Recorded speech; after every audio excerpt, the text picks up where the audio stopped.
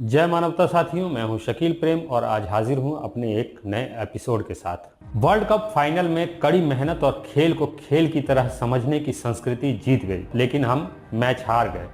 खेल को धर्मयुद्ध समझकर यज्ञ, हवन, ज्योतिष और तमाम तरह की धार्मिक नौटंकी काम ना आई। जो लोग कोरोना के दौरान बिलों में छुपे हुए थे, वही पाखंडी लोग वर्ल्ड कप के लिए पाखंडों की सामग्री लिए सड़कों पर थे। दावा जीतने का था, लेकिन हार गए। यदि जीत जाते तो श्रेय खिलाड़ियों की मेहनत से ज्यादा ज्योतिष और हवन कुंड का होता। ऑस्ट्रेलिया में जीत की प्रार्थना के लिए कोई चर्च में नहीं गया, न किसी पादरी ने ऑस्ट्रेलिया की जीत की भविष्यवाणी में वक्त गंवाया और न ही वहां किसी पाखंडी ने सड़क पर कोई धार्मिक नौटंकी की, क्योंकि उनके लिए खेल सिर्फ खेल है।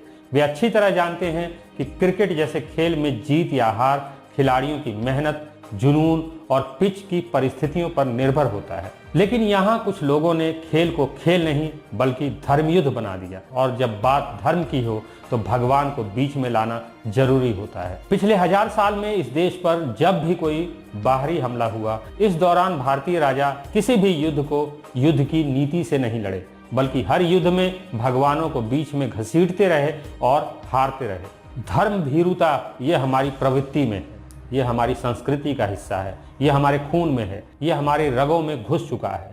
712 ईस्वी में मोहम्मद बिन कासिम आया और बिहार तक पहुंच गया, लेकिन कोई उसे रोक न पाया। 990 में सुबुक्तगीन ने सिंध पर हमला किया और विजयी रहा। 1026 में महमूद गजनवी गुजरात आकर सोमनाथ लूट कर चला गया और यहाँ के राजा घंटा बजाते रह गए। 1193 में मोहम्मद गौरी ने पृथ्वीराज को हराया और अपने गुलाम को दिल्ली की गद्दी सौंपकर वापस चला गया। मंगोल आए, मुजफ्फर शाह आया। 1399 में तैमूर ने जमुना के पानी को लाल कर दिया, लेकिन कोई भगवान काम ना आया। फिर भी हम अपनी धर्मभीरुता से बाज ना आए। 1526 में बाबर की तोप से इब्राहिम लोधी का अल्लाह भी डर गया और हार गया। इसी तरह हर बार भारतीय राजा हारते रहे, लेकिन उन्होंने कभी अपनी हार के कारणों को दुरुस्त कर एकजुट होने की कोई बड़ी रणनीति नहीं बनाई और हार का यह सिलसिला चलता रहा। राजाओं की गलत युद्ध नीति के कारण बेचारे सैनिक मरते रहे और धूर्त पंडे यज्ञ और हवन में आहुतियां देने में लगे रहे। 1739 में नादिर शाह आया और पूरी दिल्ली लूट कर चला गया। 1761 में नादिर शाह का चेला अहमद शाह आया और कोई उसे रोक भी ना पाया। पिछले 1000 सालों में जब भी बात युद्ध की आई, हम हर बार घंटियां बजाते रह गए। पुर्तगाली, डच, फ्रांसीसी यहाँ आते रहे और जीतते रहे। ब्रिटिश आए और उन्होंने भारतीयों को हराकर साम्राज्य स्थापित कर लिया, लेकिन हम फिर भी न सुधरे। भारत आने वाला कोई पुर्तगाली इसलिए चर्च नहीं गया कि उसे भारत के इलाकों पर जीत हासिल करनी है। भारत को जीतने की खातिर किसी डच पादरी ने चर्च में आहुतियां नहीं दी और न ही किसी ब्रिटिश पादरी ने 1857 की जंग की भविष्यवाणी में वक्त गंवाया। भारत पर हुकूमत करने की होड़ में शामिल किसी भी विदेशी ने जीतने की खातिर कोई धार्मिक नौटंकी नहीं की, क्योंकि उन्हें मालूम था कि जंग जीतने के लिए सैनिकों की बहादुरी और सेनापतियों का रण कौशल मायने रखता है। जंग में जुनून की जरूरत होती है।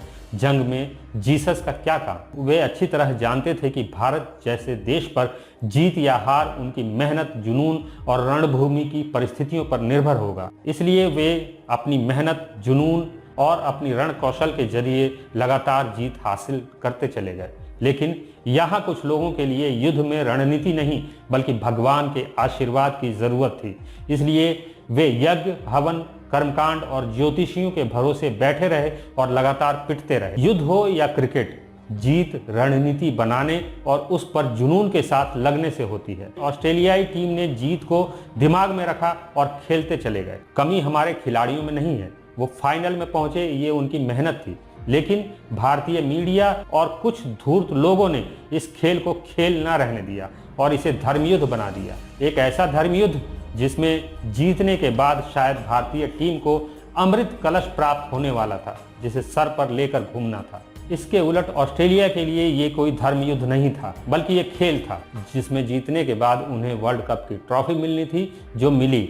और ऑस्ट्रेलियाई टीम के लिए इस ट्रॉफी की औकात क्या है, ये तो आपने देख ही लिया। ज्योतिषियों की भरमार होते हुए भी देश पर आपदाएं आती हैं, आतंकी हमले होते हैं, तब कोई ज्योतिषाचार्य देश के काम नहीं आता।